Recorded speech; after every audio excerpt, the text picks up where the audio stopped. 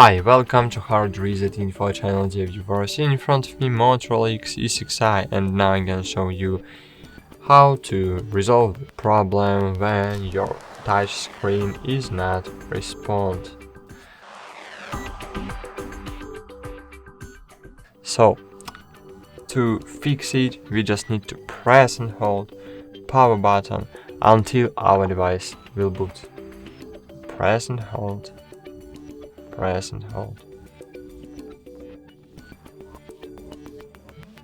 When your smartphone will vibrate, just release the power button and wait a while.